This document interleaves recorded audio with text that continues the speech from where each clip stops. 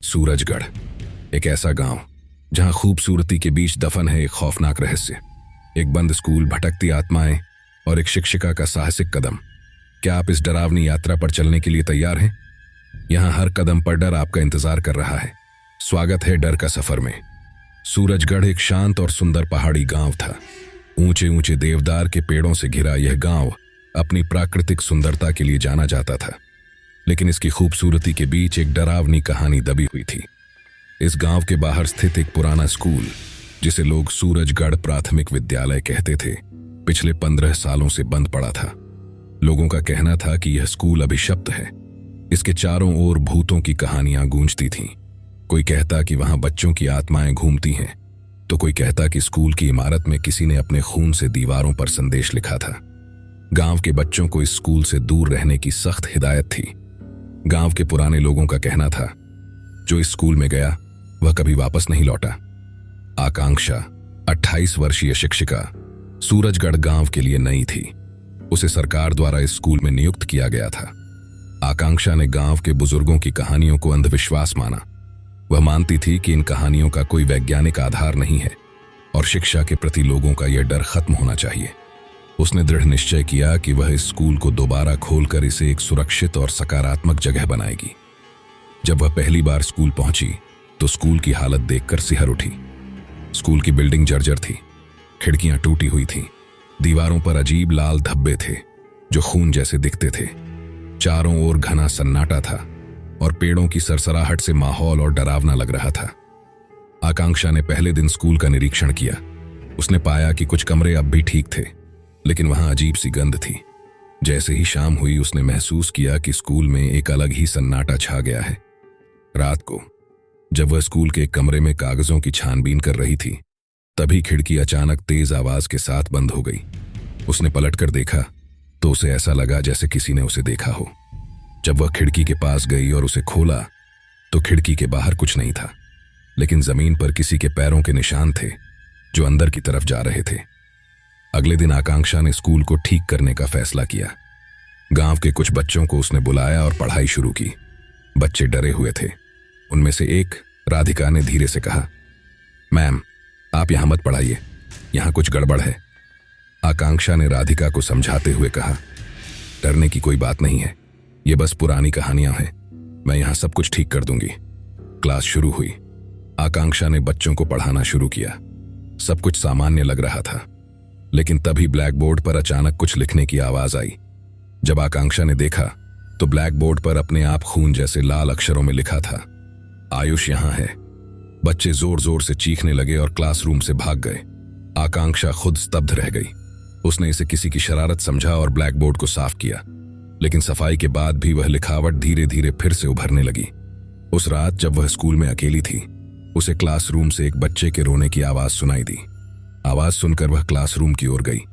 जैसे ही उसने दरवाजा खोला, एक कुर्सी अपने आप हिल रही थी, लेकिन कमरे में कोई नहीं था। तीसरे दिन आकांक्षा ने स्कूल के स्टोर रूम की सफाई करने का फैसला किया। स्टोर रूम बेहद पुराना और धूल से भरा हुआ था।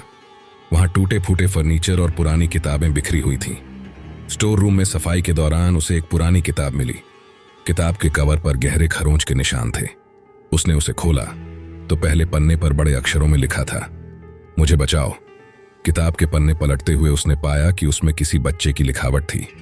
आखिरी पन्ने पर एक बच्चे की तस्वीर थी, जिसके नीचे लिखा था, आयुष। आकांक्षा ने यह बात गांव के बुजुर्गों से साझा की। एक बुजुर्ग ने कहा, आयुष वही बच्चा है जो 15 साल पहले गायब हो गया था। किताब के आखिरी पन्ने पर एक शब्द लिखा था, तहखाना। आकांक्षा को तहखाने के बारे में कुछ भी नहीं पता था। उसने जब गांव वालों से पूछा तो उन्हें यह सुनकर डर लगने लगा। गांव वालों ने कहा, तहखाने को कोई नहीं खोलता, वहां से जो गया वो वापस नहीं आया। आकांक्षा को तहखाने के बारे में पता चलते ही उसकी जिज्ञासा बढ़ गई। उसने निर्णय लिया कि वह तहखाने को खोलकर सच्चाई का पता लगाएगी। हालांकि गांव वालों ने उसे कई बार ऐसा करने से मना किया। गांव के मुखिया रामलाल ने चेतावनी देते हुए कहा, तहखाने को खोलना मतलब मौत को न्योता देना है। वहां जो कुछ भी है वह इंसान के बस की बात नहीं। आकांक्षा ने उनकी चेतावनियों को नजरअंदाज किया और अकेले तहखाने का ताला तोड़ने का फैसला किया। उसने रात का इंतजार किया, क्योंकि दिन में तहखाने के पास जाने की हिम्मत गांव वाले भी नहीं करते थे। तहखाने का दरवाजा लोहे का था और उस पर जंग लग चुका था। दरवाजे के चारों ओर दीवारों पर खरोंच के निशान थे। ऐसा लग रहा था कि कोई अंदर से बाहर आने की कोशिश कर रहा हो। जब आकांक्षा ने दरवाजा खोलने के लिए ताला तोड़ा तो अचानक एक तेज ठंडी हवा का झोंका आया, मानो तहखाने में बंद कोई ताकत आजाद हो गई हो। तहखाने में घुप अंधेरा था। आकांक्षा ने अपनी टॉर्च ऑन की। अंदर दीवारों पर खून जैसे लाल धब्बे और अजीब चित्र बने हुए थे। फर्श पर टूटी हुई हड्डियां पड़ी थीं और कोने में पुराने खिलौने रखे हुए थे। यह दृश्य डरावना और विचलित करने वाला था। जैसे ही वह तहखाने के अंदर गई, उसे किसी बच्चे की धीमी धीमी सिसकियों की आवाज सुनाई दी। मुझे यहां से बाहर निकालो। आकांक्षा की रीढ़ में एक सिहरन दौड़ गई। उसने टॉर्च उस दिशा में घुमाई, लेकिन वहां कोई नहीं था। तभी दीवार पर अचानक आयुष की तस्वीर दिखाई दी, जो धीरे धीरे खून से लथपथ हो रही थी। तस्वीर के नीचे लिखा था, आखिरी दरवाजा खोलो और सच्चाई तुम्हारे सामने होगी। आकांक्षा ने तहखाने में और गहराई में जाने का निर्णय लिया। वहां एक छोटा दरवाजा था जो बहुत ही अजीब और डरावना लग रहा था। दरवाजे के ऊपर खून से लिखा हुआ था, यहां सिर्फ सच्चाई के खोजी को आने की अनुमति है। जब उसने दरवाजा खोला तो अंदर का दृश्य और भी भयावह था। ये एक छोटी सी जगह थी, लेकिन वहां पर हर कोने में अजीब आकृतियां और लाशों की हड्डियां पड़ी थीं। दीवार पर एक और संदेश लिखा था, माधवन सर का न्याय। गांव वालों ने बताया था कि माधवन सर इस स्कूल के प्रधानाचार्य थे। वह एक कठोर और निर्दयी शिक्षक थे। बच्चों को सजा देने में वह अत्यधिक क्रूर थे। आयुष, जो एक होनहार और ईमानदार बच्चा था, माधवन सर की कई सच्चाइयों का गवाह बन गया था। एक दिन आयुष ने देखा कि माधवन सर ने कुछ बच्चों को तहखाने में बंद कर दिया था। उसने इस बात को सबके सामने उजागर करने की कोशिश की, लेकिन माधवन सर ने आयुष को पकड़कर तहखाने में बंद कर दिया। जैसे ही आकांक्षा ने तहखाने में पूजा की सामग्री देखी, उसे समझ आ गया कि यहां कुछ भयानक तांत्रिक क्रियाएं हुई हैं। तभी अचानक तहखाने के अंदर दरवाजे जोर जोर से हिलने लगे। माधवन सर की आत्मा गुस्से में प्रकट हुई और चिल्लाई, तुम यहां क्यों आई हो? ये मेरी जगह है, कोई मुझे यहां से नहीं हटा सकता। आकांक्षा ने हिम्मत से जवाब दिया, तुमने आयुष को मारा, मैं उसकी आत्मा को शांति देने आई हूं। माधवन सर की आत्मा ने गुस्से में कहा, आयुष मेरी सजा का गवाह है, उसे कोई मुझसे नहीं छीन सकता। अचानक आयुष की आत्मा ने प्रकट होकर आकांक्षा से कहा, मैम, मुझे यहां से बाहर निकालो, मैं अपनी मां के पास जाना चाहता हूं। आकांक्षा ने गांव के पंडित को बुलाया। पंडित ने कहा कि माधवन सर की आत्मा को शांत करने के लिए विशेष पूजा करनी होगी। जैसे ही पूजा शुरू हुई, तहखाने की दीवारें हिलने लगीं और आग की लपटें उठने लगीं। माधवन सर की आत्मा ने कहा, मैं यहां से नहीं जाऊंगा, ये मेरी जगह है। तहखाने में पूजा शुरू होते ही माहौल और डरावना हो गया। पंडित ने मंत्रोच्चार शुरू किया, लेकिन हर मंत्र के साथ तहखाने में और अजीब घटनाएं होने लगीं। दीवारों से खून टपकने लगा, हवा में बच्चों की चीखें गूंजने लगीं और माधवन सर की आत्मा पूरे गुस्से में प्रकट हुई।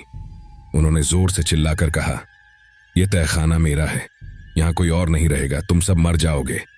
पूजा के दौरान अचानक से माधवन सर की आत्मा ने पंडित को हवा में उठा दिया और जोर से फर्श पर फेंक दिया। पंडित घायल हो गए, लेकिन उन्होंने हिम्मत नहीं हारी। उन्होंने आकांक्षा से कहा, माधवन सर की आत्मा बहुत शक्तिशाली है, इसे हराने के लिए आयुष की आत्मा का सहयोग जरूरी है। आकांक्षा ने आयुष की आत्मा को पुकारा। थोड़ी देर बाद एक हल्की सी रोशनी दिखाई दी। यह आयुष की आत्मा थी, जो अब पहले से अधिक कमजोर लग रही थी। उसने धीमी आवाज में कहा, मैम, मुझे मेरी मां की याद आ रही है, मैं बहुत थक गया हूं। आकांक्षा ने उसे हिम्मत बंधाई और कहा, आयुष, अगर तुम अपनी आत्मा को मुक्त करना चाहते हो तो तुम्हें साहस दिखाना होगा। माधवन सर की आत्मा को रोकने में मेरी मदद करो। आयुष की आत्मा ने सिर हिलाया। उसने अपनी पूरी शक्ति जुटाकर माधवन सर की आत्मा का सामना किया। अचानक तहखाने में एक तेज झंझावात उठा और दोनों आत्माओं के बीच संघर्ष शुरू हो गया। माधवन सर की आत्मा ने आयुष की आत्मा को कैद करने की कोशिश की, लेकिन आकांक्षा ने जल्दी से मां दुर्गा का मंत्र पढ़ना शुरू किया। मंत्र के प्रभाव से तहखाने में एक चमत्कारिक घटना घटी। माधवन सर की आत्मा जोर जोर से चिल्लाने लगी, नहीं, यह नहीं हो सकता, मैं यहां से कभी नहीं जाऊंगा। लेकिन मंत्र के प्रभाव और आयुष की आत्मा की शक्ति ने माधवन सर की आत्मा को तहखाने से बाहर निकाल दिया। उनकी आत्मा भयंकर चीख के साथ भस्म हो गई। माधवन सर की आत्मा के नष्ट होने के बाद तहखाने का माहौल शांत हो गया। आयुष की आत्मा ने धीरे धीरे आकांक्षा को देखा और मुस्कुराया। उसने कहा, अब मैं आजाद हूं मैम, आप मेरी मां से कहना कि मैं हमेशा उनके साथ हूं। फिर आयुष की आत्मा एक सुनहरी रोशनी में बदलकर गायब हो गई। पूरे गांव को इस घटना के बारे में पता चला। गांव वालों ने पहली बार महसूस किया कि उनका डर केवल माधवन सर की आत्मा के कारण था। अब जब आत्मा का अंत हो चुका था तो स्कूल फिर से खुलने के लिए तैयार था। आकांक्षा ने स्कूल को दोबारा व्यवस्थित किया। बच्चे अब खुशी खुशी स्कूल आने लगे। सूरजगढ़ स्कूल, जो कभी डर और आतंक का प्रतीक था, अब शिक्षा और उज्जवल भविष्य की आशा बन गया। यह कहानी डर, रहस्य और साहस का अनूठा मिश्रण है। अंत में यह संदेश देती है कि सच्चाई और दृढ़ निश्चय से सबसे बड़े अंधकार को भी हराया जा सकता है। सूरजगढ़ की इस खौफनाक कहानी ने हमें सिखाया कि सच्चाई और साहस से हर डर को हराया जा सकता है। लेकिन क्या हर रहस्य का अंत होता है, या डर के साए अब भी कहीं छिपे हैं? अगर आप और डरावनी कहानियां सुनना चाहते हैं तो चैनल को सब्सक्राइब करें, वीडियो को लाइक करें और अपनी राय कमेंट्स में जरूर दें। अगली बार एक और खौफनाक सफर पर मिलेंगे। तब तक सुरक्षित रहें और अंधेरे से सावधान रहें।